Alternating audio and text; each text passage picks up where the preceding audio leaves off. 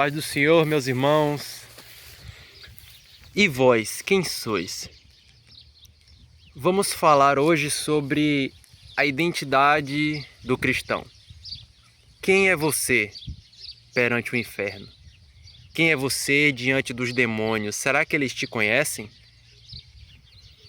Para entender mais sobre isso, vamos caminhar pelo livro de Atos, capítulo 19. Em Éfeso, Paulo estava fazendo a sua missão, a sua viagem missionária, e lá diz o escritor Lucas que havia 7 homens, filho de Cefas, um dos principais da sinagoga, e este homem foi expulsar um demônio, fazer exorcismo, de um endemoniado. E a estratégia que esses homens usam é: eu ordeno, pelo nome do Jesus a quem Paulo prega, que saia deste homem. E o texto é claro em dizer que nus e feridos saíram de lá envergonhados, porque aquele demônio ou aquela casta de demônio interrogou-os: eu sei quem é Jesus, e bem sei quem é Paulo, e vós, quem sois? O motivo pelo qual aqueles homens não puderam expulsar aquele demônio é porque eles não tinham autoridade para isso. E que autoridade é essa? Eles não tinham identidade, legitimidade para fazer aquilo. Lembra o que Jesus falou? Eis que vos dou poder para pisar em serpentes e escorpiões, para expulsar demônios, pôr a mão sobre os enfermos e curarão. Está escrito em Marcos 16, a partir ali do verso 17. Comerás alguma coisa mortífera e não vos fará dano, e mostra a autoridade que ele outorgou para aqueles que têm a identidade nele.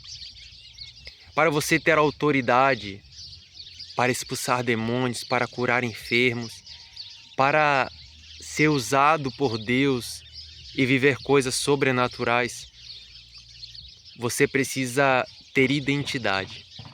Você precisa ser conhecido. Só que para ser conhecido no mundo espiritual, não é da mesma forma da gente ser conhecido no mundo físico. Aqui a gente põe um carro de som, aqui a gente faz postagens em redes sociais, quem sabe, faz anúncios ou sai na rua, nos apresentando. Assim somos conhecidos, mas no reino espiritual é diferente. Para você ser conhecido nas trevas, para você ser conhecido perante os demônios e no inferno, você tem que fazer a diferença. Você tem que mostrar uma ameaça para o reino de Satanás. Esses homens usou a frase no nome do Jesus a quem Paulo prega. Então vamos colocar aqui 2 personagens importantes, Jesus e Paulo. Porque a resposta do demônio foi semelhante à ordem que eles deu: eu sei quem é Jesus, e eu bem sei quem é Paulo, mas e vós, quem sois? Em Gadara, Jesus foi com seus discípulos e, ao pisar na terra, retrata o texto que um endemoniado, que tinha nele uma casta, uma legião de demônios, quando Jesus se apresentou naquela cidade, ele foi até Jesus, se prostrou de joelhos e disse: ó Filho do Deus Altíssimo, vieste me atormentar antes do tempo? Ou seja, o próprio demônio conhecia a identidade de Jesus, o Filho do Deus Altíssimo. Aqueles demônios se curvaram e se prostraram porque reconheceram a autoridade que Jesus tinha. E para isso ele não foi preciso enviar discípulos à frente dizendo: o Mestre Jesus o Filho de Deus está vindo aqui na cidade, não. Apenas a presença de Jesus demonstrou a autoridade para o reino das trevas. Apenas a luz que ele carregava mostrou para as trevas que ali estava chegando a diferença. Amém, meu irmão? Paulo, outro personagem de importantíssima presença na história da igreja, em Atos capítulo 16, quando ele está ali anunciando o evangelho em Lídia, acontece que uma jovem que tinha um espírito maligno, um espírito de adivinhação, para ser mais preciso, ela todos os dias, esse espírito usava ela e ela dizia: ali estão homens de Deus, homens do Deus Altíssimo, escutai a pregação, porque o que eles falam é verdadeiro. Então, aquela mulher, ela reconhecia, através daqueles espíritos de adivinhação que falava pela boca dela, que Paulo e Silas eram homens de Deus e que eles carregavam a mensagem da salvação. O problema, meus irmãos, é porque muitas vezes queremos ser conhecidos diante dos homens.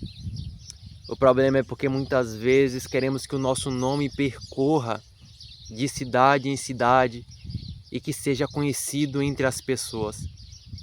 Mas o que esse texto nos retrata é que, na verdade, o nosso nome ele tem que ser reconhecido, sim, nas trevas.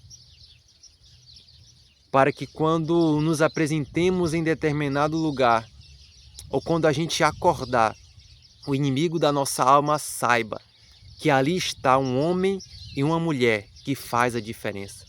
Um homem e uma mulher que é uma afronta para ele, uma afronta para os planos dele. E é isso que Deus ele tem para a sua vida. Não que você seja mais um, mas que você seja uma luz que aonde você chegue dissipe as trevas.